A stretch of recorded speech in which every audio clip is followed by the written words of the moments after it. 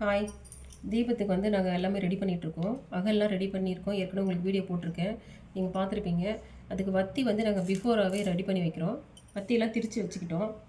இது வந்து எள்ளெண்ணெய், அதாவது நெல்லெண்ணெய், சாப்பிட்ற நெல்லெண்ணெய். தீபத்துக்குன்னு நிற்கிதுல, அந்த எண்ணெய் கிடையாது, அது கொஞ்சம் அதில் ஊற்றிக்கலாம். செக்கில் ஆட்டின எள்ளெண்ணெய். இது வந்து செக்கு விளக்கெண்ணெய், நம்ம பருப்புக்கெலாம் ஊற்றுவோம் இல்லைங்களா, அந்த விளக்கெண்ணெய், சாப்பிட்ற விளக்கெண்ணெய். விளக்குக்கும் ஊற்றிக்கலாம். அந்த காலத்தில் இதுதான் விளக்கு ஊற்றி ஏற்றுவாங்க. விளக்குக்கு ஊற்றினோம்னா நின்று நல்லா நிதானமாக எரியும்னு சொல்லுவாங்க. இந்த எண்ணெய் சாப்பிட்டோம்னா ரொம்ப நல்லது.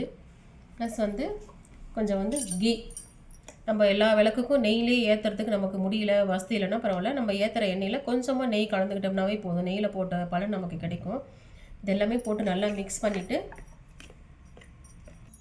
விளக்கெண்ணெய், எள்ளெண்ணெய், நெய் எல்லாம் ஊற்றிட்டேன். இதில் நல்லா வத்தி போட்டு டிப் பண்ணி ஊற வச்சுக்கலாம். ஊற வச்சிட்டோம்னா விளக்கு ஏற்றும் போது ரொம்ப ஈஸியாக இருக்கும். அவ்வளோதான். தேங்க்யூ.